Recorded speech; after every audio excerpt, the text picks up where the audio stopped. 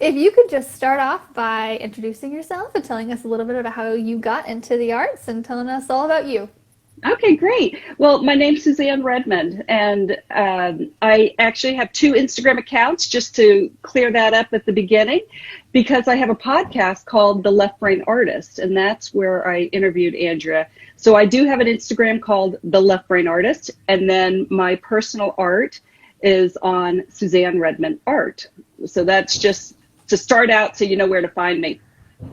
But yeah, I like to call myself a Renaissance soul because I've done a lot of different things.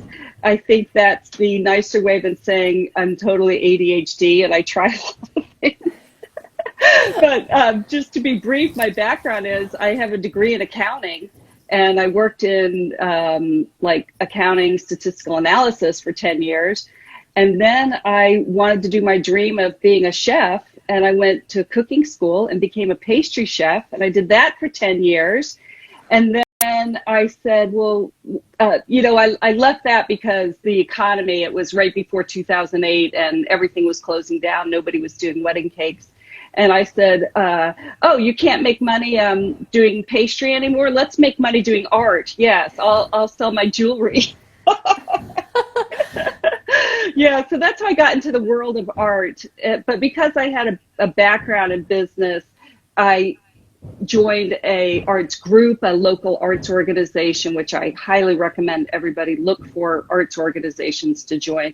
Met all these other artists, became a member of the board of directors. Then I became the president, and then I started curating shows and helping people with their art business and their finances and their writing artist statements and all kinds of things. But then as for my personal art, I switched over to painting. And so it's really painting that I do now. Yeah, so that's in a nutshell. So accounting, pastry chef, and artist and art business. Oh my gosh, that's awesome. Well, you sound like a wealth of knowledge for people in art business, just knowing how to, set all of that stuff up and just write your artist description and just write all of that. Man, maybe we should get into that just a little bit too. I feel like there's a lot of artists out there who could maybe, benefit from knowing how you were as a curator and what your suggestions would be to artists. So as a curator, you set up people that were having shows. Is that? Well, I've done all aspects of it. So it starts with putting out a call to artists. So you first need to get the submissions or decide who's going to be in the gallery. So I've worked on a ton of calls to artists. And then you have to choose the art. You may get 100 submissions, but you can fit 50 pieces in the gallery, for example. Then you choose the art, and then it's hanging the art, which is really fun for me because I've often worked with this other local artist named Anthony Burks, and he and I have like the same aesthetic in hanging.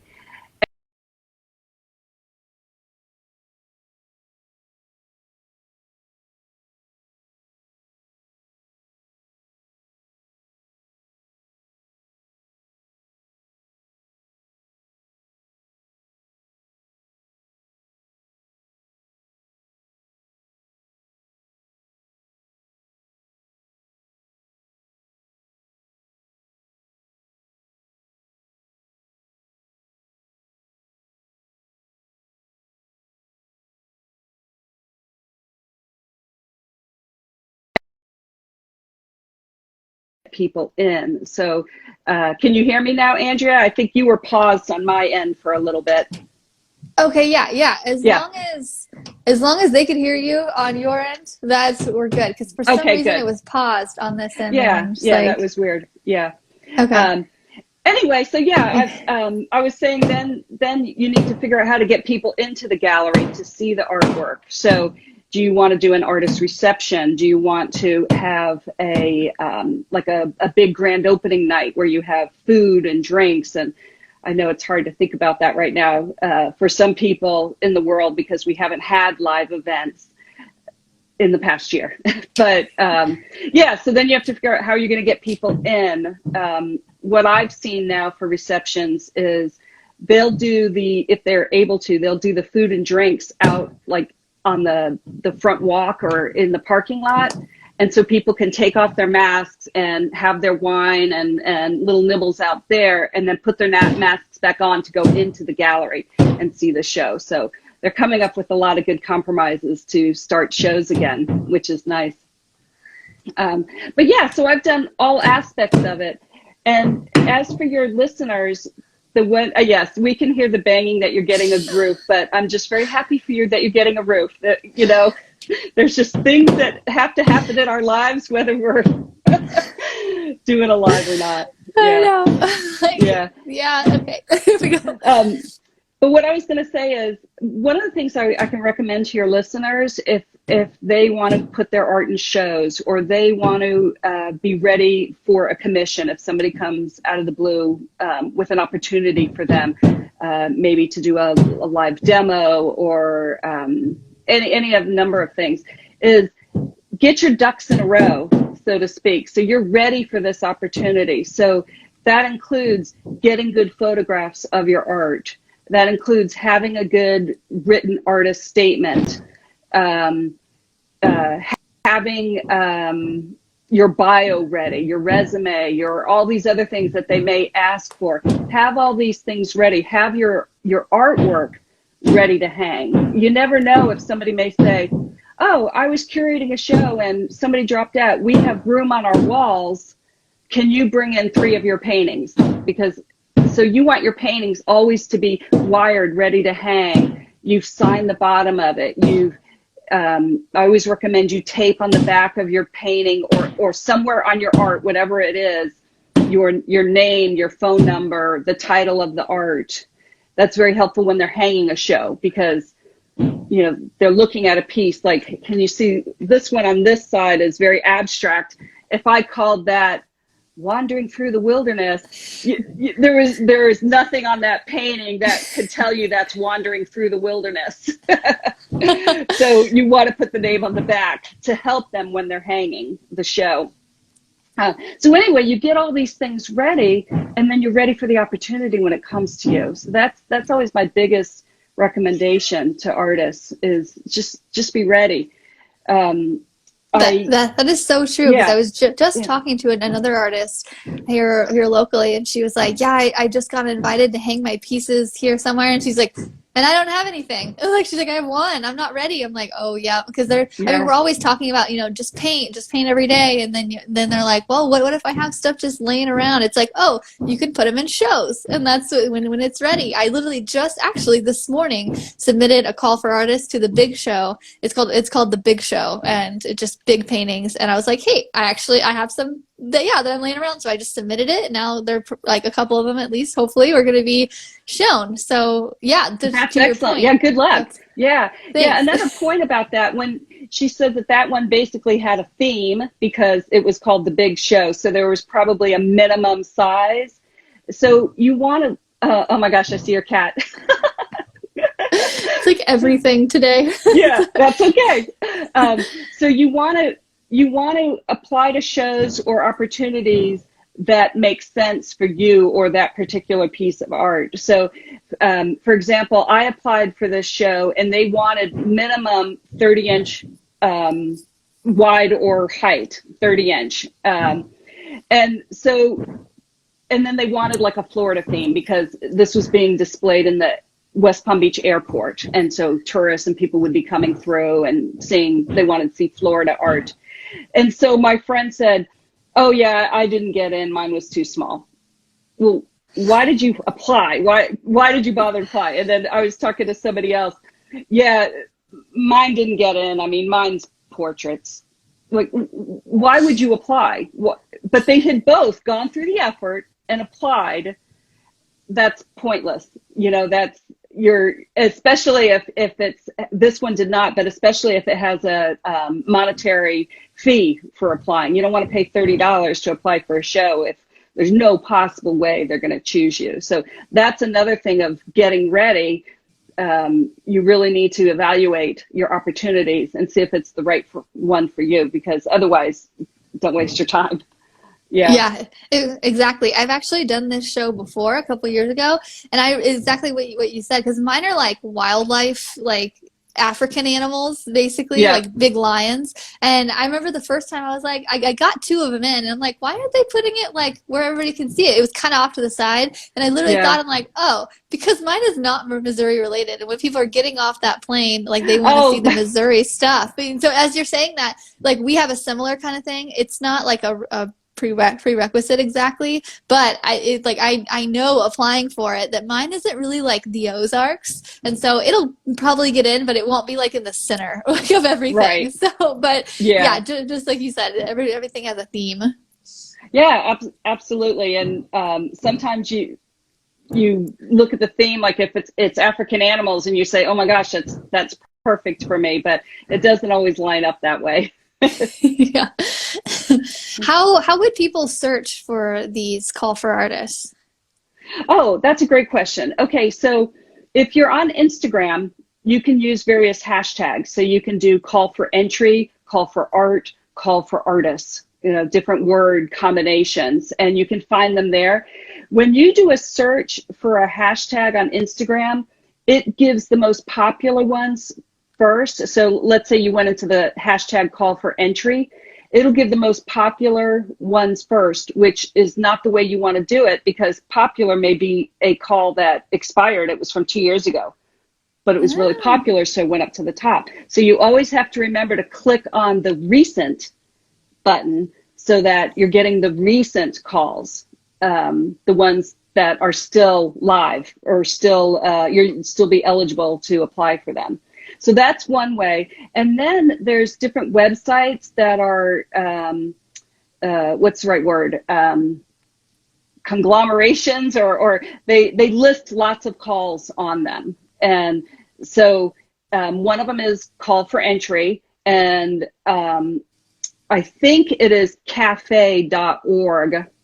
I think you're CAFE, right. yeah. So I think that's what that is. And so you can put some things in search filters, and you can find just ones from your state, or you can find certain types. Like if you're looking for a artist residency versus a art show versus a festival, you can put in the category. So there's a whole bunch of those. There's one called Entry Thingy, probably.com or something. There's and I have a list of them. I can give you some links to my list like that you can add to a comment, or I can add it to a comment on this Instagram post. Yeah. Perfect. Yeah, that would be awesome. Yeah. Yeah. And so yeah, you always want to look at the deadlines. So if you look at a call and you say,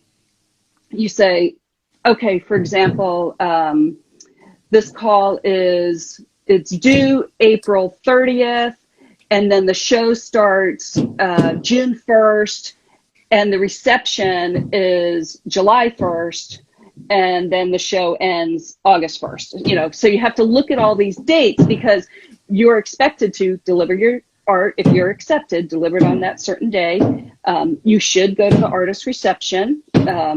Art always sells more if you're there to just talk about your own art, and then you have to be there on the pickup. So if you have this 3-month show you want to apply for, but you're going to be on vacation for 2 months of those, maybe that's not one for you to apply to, because you're not going to be there anyway. So you have to look at those dates. Or what if you have, you already have like your 5 best pieces at a show, and you have to pick it up June 1st, but this needs to be delivered June 1st. Will that work? So can you apply for that? So that's the other thing you have to look at, is the dates. Make sure they work for you. Okay, yeah, so smart. Yeah. Here Yeah. recently, I have like 5 or 6 like big paintings that are still hanging around. And recently, like they were at a show, and then I was trying to find a spot for them for like 2 months. So I found it, and so I literally pick them up from one show and I take them to like a business to be hung. And now they're out of business right now. And if I get into the big show, I'll take them there and go to the big show. I'm just trying to keep Yep. them outside of my studio. Like nobody sees them here. Exactly. I'm afraid I'm gonna get paint on them here. Like it's Yeah. just That going too. around. Yeah. Yeah. Yeah. I mean, you're not guaranteed a sale every time you're at a show. every time your art is being shown at a gallery or whatever it is, but you're guaranteed eyes on it, that people are going to see it. And a lot of times sales happen after the fact. You know, people kind of think about it, they mull it over, and then they call you later and go, is that one still available? You know, has that happened to you where it's, you like heard from somebody like months later? I've gotten a lot of inquiries, and I've gotten a lot of people saying that they saw my stuff, but I've never actually had a sale. But I mean, I've still made a lot of connections, and it's just, I mean, I wouldn't completely count it out. I'm definitely in it for the long game. So, I mean, you never know when somebody can get that better job to where they can afford it, you know, like just, but I have had a lot of people say, hey, I saw your stuff here. Hey, I saw, and I'm like, great, it's working. You know? Right. Yeah. And that's why it's important to make sure you've signed your piece. I know for you, for your murals, do you put your Instagram account on it rather than your website? Yeah, but but canvas art, I think I do just my signature. So a very legible signature, because my name is hard enough to spell. So yeah, but either way, so they can just look it up. They can, you know, snap the picture of the signature on the painting and then look it up when they have time. And you know, sometimes, like maybe for like restaurants where they invite you to hang 10 pieces at a restaurant, they may not do title cards. Well, that doesn't mean you can't do title cards. You know, you could type up title cards and say, hey, can I come down with some double-sided tape and put this next to all my paintings? Because it's important for you to know, for you to tell people that this is your name, this is the title of the art, this is what it is. Yeah, so true. So and just a place for people to contact you too, because I just put them up at that business that I mentioned, and throughout the next week, people are like, "Hey, how can they buy this? How can they?" I'm like, "Dang it, I need to put the contact cards there," so I had to go run down and do it. But okay, awesome. Is there? Let's see. So we've gone through how to apply, or how to find places to apply, and why we should apply. Is there anything in your experience that anybody else should know before we move on to the next subject? Or kind of do a little research and find out what an artist statement is. That's an art industry term, so it's not a bio, it's not a resume, it is a specific, unique thing. And often when you're applying for things, they may ask for that ahead of time as part of the application. Give us your artist statement, because they're using that to kind of judge you too and find out a little bit more about you. Or they'll ask for it once you're accepted, because they want to put the artist statement on the wall next to your paintings. So find out what all these terms are so that you're ready when they request them. Artist statements usually just like 2 paragraphs. And, you know, there's just a certain way to write it. A CV is another thing that they'll ask for. You know, that's a Latin word. It's like curriculum vitae, something like that. But anyway, you just call it CV. It's kind of like a resume, but it isn't really a resume. So you need to look up artist CV. And so you have these things kind of at least rough drafted so that when you are asked for one, you can quickly put one together. Yeah. I see there's a question at the bottom. Somebody said, what sizes are preferred by the galleries? They will tell you what they want. They'll tell you there's a minimum size or a maximum size. If they don't, you can always go to the gallery and kind of get an idea. You know, some galleries are very grand, and you know, the minimum is 4 foot by 4 foot. And so, no, you're not going to apply with your 16 by 20 little piece. So do a little research, but usually they will give you an idea. Okay, perfect. And then for the artist statement, so, I mean, I'm sure there's so much to that, and I've written one here recently. I updated mine, but is it mostly just talking about where you get your inspiration, or what is an artist statement meant for? Okay, so it's only about your inspiration if that's what's important to you. So I always say an artist statement is personal, and it's what's important to you. So, for example, I have an artist friend, and she is from the country of Haiti, and so it's very important for her. She makes art from her Haitian culture. So, it might be a scene from Haiti or something like that. That's important. So she will mention that in her artist statement. For me, my culture doesn't matter. It has nothing to do with so I'm not going to include that in my artist statement. For me, I use, for my paintings, I use acrylic paint. And then after that, I use acrylic paint pens. So like you can see this one behind me, a lot of that is acrylic paint pens. So for me, it's important to explain in the artist statement the material that I use, the tool, because I want people to know that this is all acrylic paint. It's 100% acrylic paint. But I'm doing illustration. So it's like I'm doing painting with a brush and illustration with a pen on one thing. So your artist statement can be anything, but don't force it to be something that is not you. Okay. Does that make sense? Yeah, definitely. Because when I was writing mine, I was like, okay, what's a professional way to say I really like the color pink?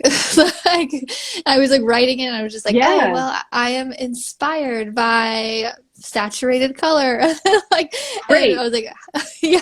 And like, I talked a little bit about, getting the confidence in to use glitter and how people respond to it and how it makes people happy and stuff like that. But I was like, okay, I really like pink and glitter. How do I say that professionally?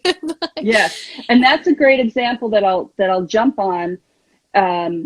If you were applying for a mural, you would do a different artist statement. You wouldn't say pink and glitter if you're not doing glitter on your murals. So don't mention it. Yeah. So an artist statement is a constantly changing document that is unique to whatever it's used for. So always think of your artist statement as a rough draft, and that it's going to be customized to whatever use it's for. So you may have 3 or 4 different artist statements. You may have a mural one. In fact, I think you should have a mural one, and then a fine art on canvas one. And then, other people might have one that's for their fine art paintings, and then maybe a different one because they do like mixed media work. That's more using papers and pastels and things. Yeah. Okay, great. Yep. We had another comment on here, another question, and they asked, can we include academic/jobs other than art achievements on their CV? And actually, I've gotten this before from some students, because in the beginning, especially, you really don't have a lot. Maybe you maybe done one show or so. They're like, so how do we fill this thing? What's your advice on that? Yeah, absolutely. You don't want to force it and put a lot of things that are unrelated. But having said that, when you're at the beginning, you'll include more non-art related things. And then the more art things you have, then those other things will drop off of your CV. So a resume is a specific style, and it has your name at the top and your address or phone number, and then your objective maybe, and then your education, and then your experience. CV, which is normally requested for artists, is different. CV is really just bullets. I wouldn't say there's any sentences on a CV. It's all bullets, and so it's categories. So for your CV, basically a CV is to tell them, how experienced are you as an artist? Are you new? Are you emerging? And I don't mean to imply that it's wrong or a negative if you are new and you don't have that many items. They just want to know, that's all. So you're going to have a section of gallery shows, a section of festivals, a section of art demonstrations that you've done, a section of collections, people who have bought your artwork, artist residencies that you've been on, grants or fellowships that you've been awarded, presentations or speaking that you've done, like have you spoken at your local artist group on how to incorporate glitter into your artwork? Any speech, anything that you've done, you can include that there. Like, for example, if you had asked me today and said, I want you to do a talk about how to get into art shows, and it was very specific, and you advertised it as that, I put that on my CV because I did a speech, a talk for a group of people. And so you want to add all these things on your CV. So just keep it as a working document, on your phone or in your laptop, where you can just add things like, oh, I just was awarded another mural. For murals, that would be thinking of like collections. So instead of saying collections, you would say murals for, and you can say City of Springfield, Missouri, such and such law firm, such and such restaurant, and you would list, that would be on your CV. Oh gosh. Okay. I'm like thinking, that's a long CV. So I guess you would just. Well, then you knock stuff down. You knock stuff off when it starts to get long. Yeah. Okay. Yeah. Maybe just do so how many do you think I should put on that? Maybe 10 big important ones, or? Well, it depends. It depends on how you do your bullets, and how you can say, I have murals in these cities, and you can list 8 cities, but instead of bulleting, if you wanted to, you could do this, comma, this, comma, this, and it would take up less space. And then you could do another one that would bullet, and then these restaurants, like you might have a city category, a restaurant category, and other business category. Something like that. Yeah. I gotcha. Yeah. Okay. Yeah. Awesome. So you mentioned artist residencies really quickly. So let's talk about that. Tell me all your experience with it, because that's something I've always had on my bucket list, but I've just never done, and I'm very interested. So tell me all the things. Okay, so an artist residency is when an artist is invited to spend some time at another location doing some kind of an art project. Sometimes the art project is whatever the heck you want. You decide what the project is. Sometimes it's specific, like we want, and an artist residency usually means they give you a place to stay too. So like you might find an artist residency to do, 5 murals for the grand opening of a new restaurant. And they may say, we're going to put you up in a hotel for a week to do all this, and they call it an artist residency. Wouldn't that be fun, right? Yeah. Yeah. And so some of them, and then they're any length of time. It could be a 1 day, it could be a 1 week, it could be a month, it could be a year. So, for example, the Armory Art Center is an art gallery and school in West Palm Beach, near where I live. They do resident artists for an entire year, because they're brought in to, now this one, they don't give them housing, but they're basically giving them a job for a year. They're brought in to be their teachers and teach classes for an entire year and make a body of work to then have a show at the end of the term, the school term. And so they have 5 artist residencies every year. And so 5 people will work together, and they'll choose one that's painter, and one that's a sculptor, and one that's a jewelry maker, and they work together for a year, and then at the end it culminates in a group show. So anyway, I started applying to artist residencies because I love to travel, and we haven't been able to so much in this past year.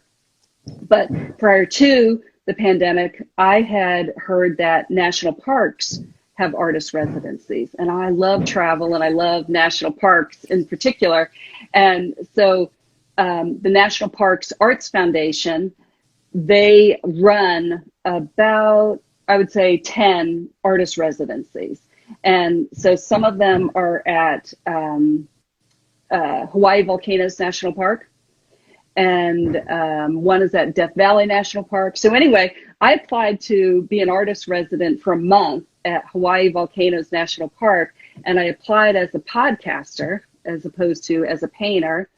And and you had to propose a project. And so my proposal was that I was going to interview local artists, local to the Big Island of Hawaii, in person during my month there, and choose artists who were making art, traditional Hawaiian art. So when are you going? So I didn't get that one. So Oh, I applied dang to it. that. Yeah, I applied to that, but I was a finalist. And so because Oh. I was a finalist, I can put that on my CV now because I was a finalist. So, and then I can reapply every year. So I didn't reapply this year because my daughter's a senior in high school and we've got the whole graduation and heading to college. And so it's not a good year for me to be away from my family for a month. Yeah. But next year she'll be off in college, so I can. Yeah, so I applied to that one. I applied to Death Valley National Park as a painter. I didn't get that one. And then I saw one in Fort Lauderdale, which is just about an hour south of me in Florida. And it was for a week. And it was, they do something called the Fort Lauderdale Art and Design Week. And they do a lot of really fun in-person things. They've done it for a few years. And then with the pandemic, they couldn't do a bunch of shows and a bunch of large group things, but they wanted to add some other things, modify it. So one of the things they came up with was, let's do an artist residency. We'll try to promote these small boutique hotels in the Fort Lauderdale area that are hurting right now because all these tourists aren't coming down and traveling to stay there. These hotels are empty. And so they awarded 3 artist residencies, and each of us stayed at a different boutique hotel. Mine was right on the ocean. And I stayed there for a week. And it was a unit that had a kitchen and a little couch, and, it was more like an apartment. And my project was they wanted me to make a painting and present it to them at the end of the week. So throughout the week, I worked on this I did a pretty good sized painting and then presented it to them. So they hung it in one of the rooms, in fact, the room that I stayed in. And so now I can put that on my CV, not only that I was awarded this artist residency, but my painting is now in the collection of the DeSoto Hotel in Hollywood, Florida. Oh, that, yeah. So, but it was really fun. I was able to, the residencies are great because you leave this will sound bad, because you leave your family. But no, it's just, you just get uninterrupted time to just create, and you get to get rid of like all the other, I've got to take my kid to school and I've got to make dinner for my family and I've got to do a load of laundry, all these extra things that you do in your life, and you can just focus on that. And now for me, I still had my podcast that I was doing. I do an interview every single week. So while I was there, I had to edit that week's episode and produce it, do all the production for it. And I just happened to have 2 interviews scheduled that week. So I did work my other job while I was down there, but I had a lovely time painting too. Oh, that's amazing. It was so much fun. It was so great. Oh my gosh, that is so cool. Right on the ocean and Hollywood, Yep. Florida. Oh my gosh, that's so awesome. And it's only for a week. I feel like that would be a good amount for me. Maybe like 1 or 2 weeks a month. I'd be like, ooh, I don't know. That's a long time. Yeah. I applied to another one. I didn't get this one, but it was up in the Boundary Waters area of northern Minnesota. And it was just going to be a week, and you stayed in like cabins right on the water, and they had kayaks that you can use. And they were choosing a visual artist, a musician, a dancer, a writer. So it was like one of each kind of discipline, and you would all live together for the week, creating whatever you wanted. That's I so didn't cool. get that one, but some of them, like a couple hundred people apply or more. So you're not going to get it every time, but you can always apply again. Yeah, and I love that you mentioned the ones that you didn't get to, because it shows you how much you're going to need to apply to, maybe get one. And if someone, has their heart set on one and they don't get it, it's okay. So I'm really glad that you shared that. Thank you. Yes. Yeah. You're welcome. Mm-hmm. And the Fort Lauderdale one, because they had to modify their whole art and design week so much due to COVID and the restrictions, because we were still in lockdown when this happened. This was in January of this year. This was added at the very last minute. And so I applied on a Monday and found out on a Wednesday that I was awarded it, and I had to leave on Saturday to go away from my family for a week. So it was really crazy, but I had my artist statement already written. I had, lots of good photos of my paintings that I could use to apply with. I had all my ducks in a row, and that's how I was able to apply so quickly. Oh, that's amazing. And that just circles Yeah. around to exactly what you said in the beginning is just have your Yeah. stuff ready, even though Hmm. there's not an opportunity right this second, like there could be that you could just apply to. And Yeah. somebody just commented and said that they've definitely considered artist residencies, but would love to know more because they typically get stuck on one process or another. So, but like you said, plan ahead of time, get your photos, get all of that, and Yeah. have an artist like a CV and an artist statement and all of that. I guess that would be number one. And then when you go to apply to a bunch of them, you can just kind of plug and do it, right? It's like, I mean, do you Yeah. have to write anything in particular to each one, like a letter to them for their specific one, or is it mostly like use the same photos, the same information? No, I mean, they're all going to be unique. They're all going to have their Okay. special little something. So you want to be specific. And some of them, they say you can do whatever the heck you want. This one, they said, we want you to make a painting and give it to us at the end. And so I knew which hotel I was applying for. And so I looked it up, and it had this garden courtyard, all these flowers, which is perfect for my kind of art because I do a lot of flowers and things.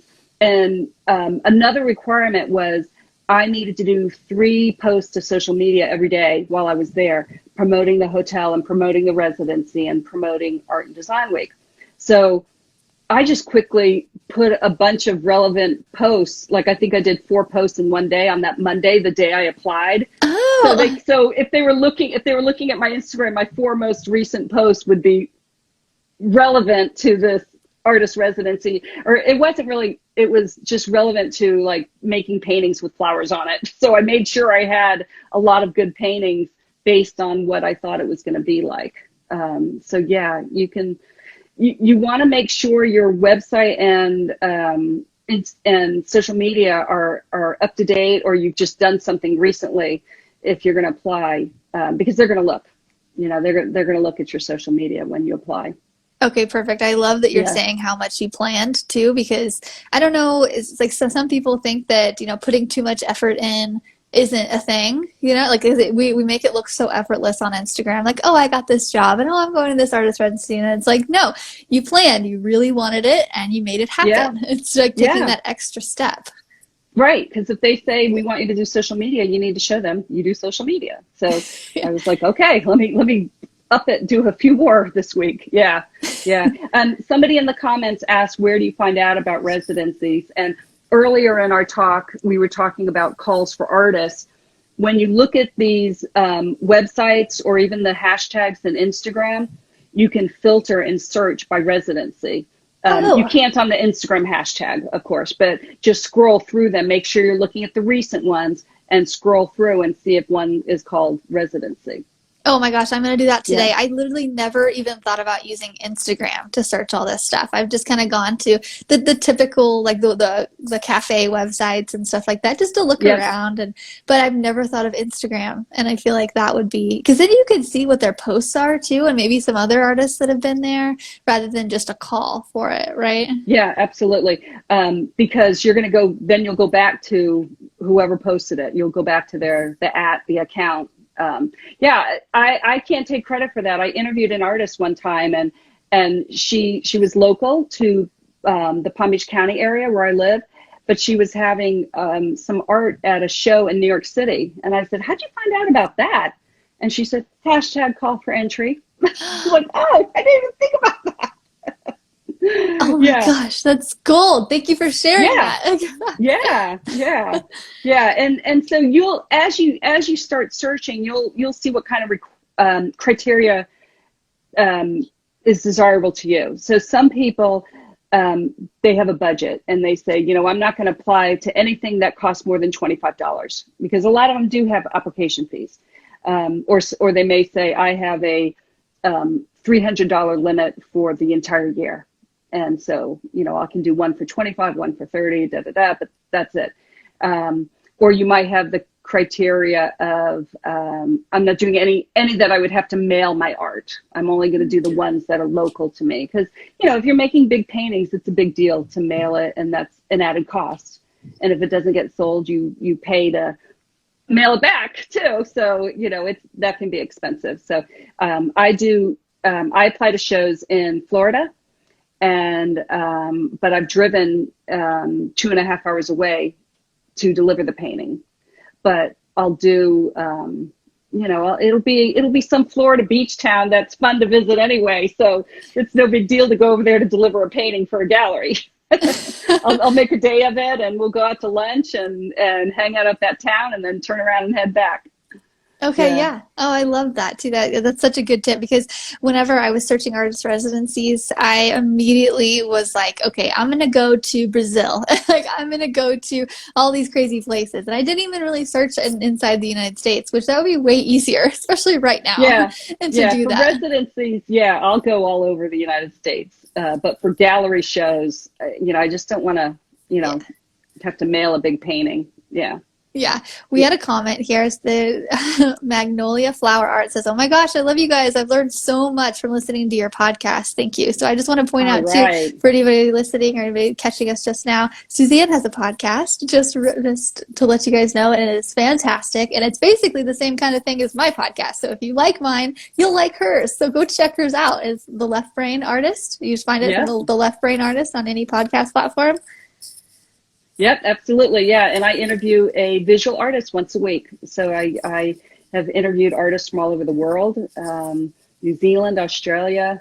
I just did my second New Zealand person. And then sometimes I'll interview maybe people who do coaching for artists, or so the one this week from New Zealand, she does coaching for artists. So I do slightly off, subject, not just visual artist, but it's like 99% visual artist. Yeah, I love that. Yeah. Oh, I might have to check out this coach that you just interviewed. Then just the accents that you get from New Zealand or London, right? And all that. I'm like, hey. Yeah. Her name is Hannah Fitzgibbon, and she will go live this Wednesday. Okay, awesome. Yeah. Awesome. Well, that's really all I had today. If you want to just give another shout out of where people else can find you other than your podcast. Yeah, absolutely. So if you're interested in looking at my art, if you're interested in buying it, even better. But my art, I put it on my Instagram account called @SuzanneRedmondArt. And then I do have a website, SuzanneRedmond.com. So you can find all my podcast episodes listed there. You can even listen right from, I embed them in my website. You can listen there. I've got artwork there. But it's mainly my Instagram accounts. Those are awesome, right? Yeah. That's where I tell people to go. Yeah. Oh, I do have one last question. So sorry, I asked this question, the last question of everybody. Say you're an artist just starting out in the very beginning, and you're not really sure where to even start. What's your advice for artists who don't know where to start in that process? You mean in like finding the artistic style? Anything. Or, just like they're like, hey, I paint in my free time. I've never sold anything really, or if I have, it's to my grandmother. Where can I start to make this as a business, or start painting and finding my style in anything? Because I guess that comes with it. So I would say to start finding your style, I would say try to make small art. So don't overwhelm yourself and say, okay, I'm going to paint a 3 foot by 3 foot painting when you're still learning. So because it can be frustrating that, I didn't get this beautiful 3 foot by 3 foot first shot out. Well, you're not going to. You have to practice and do a lot of things. And it's also expensive buying a bunch of canvases as you're learning. So I always suggest start with paper.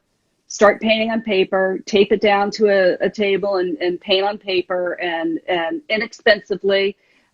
Start with inexpensive materials. You don't need to jump to golden paints right away. You can start with other things. You also don't need to buy every single paint they make, at the beginning. So try to save some money so you don't get discouraged while you're practicing, and just practice and make a lot. So that's my suggestion. I found this product. Actually, I might have it right here. Yeah. So I found this at Michael's Crafts, and it's called a canvas pad. And so the paper it's actually like rectangles of canvas. And so you can get the feel of painting on canvas without a gallery wrapped canvas. So it's much more inexpensive. So it's like a pad of like 12 sheets. And so I paint on the canvas pages all the time. And I love that. And then you can still put them in a frame. So like this one right here, oops, how do I do that? That is a canvas paper that I put in a frame. Yeah. So yeah, go inexpensive so that you can practice as much as you need to. And then what was the other part of the question? And then if you want to figure out how to like get involved in the art world, how to venture into that world, I always say the best thing is to look for a local arts group in your community. So you would just Google your town. So let's say Springfield, Missouri. You would say Springfield Art Association, Springfield Art Club, Springfield Art Society, Springfield Council. Artist Guild, Yep. Council. You know, you just Google combinations of those words and find one. And so usually the arts groups, they might have monthly meetings. Right now they might be on Zoom. But what's great is you meet other artists, and then you meet, let's say you're a ceramic artist, but you meet this photographer and you say, yeah, I'm just getting started out and I can't seem to make good photographs of my ceramics because they're shiny, and can I take you out to lunch and pick your brain on some good photographing tips? Or can I always offer to give them something? Don't just, take it for free, but say, hey, do you have an hourly rate where I could ask you questions? Or it could just be a casual conversation at an artist meeting. But you meet all these other artists and you can ask them questions. Oh, where did you find a 10 by 10 tent? Is it hard to set up a 10 by 10 tent to do a festival? How do you do that? What else do you need when you come to a festival? And that's how you learn, is by just hanging out with more artists. How did you find out that gallery did a call to artists? Do I have to stop by the gallery first, or is it all through email?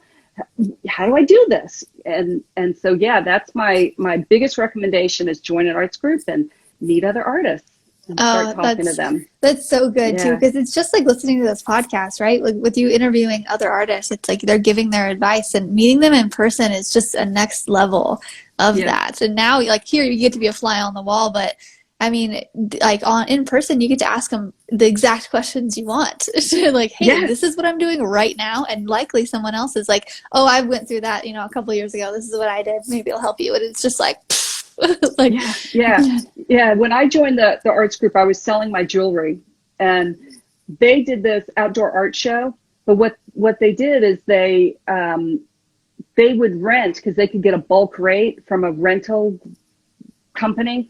They would rent the 10 by 10 tents. The company would come in, set up the tents, and you just knew you were tent number 3 or whatever. And that was a great way for me to start it, to see it before, if it was even going to work for me, before I would want to invest in a 10 by 10 tent and tables and all the other stuff you need.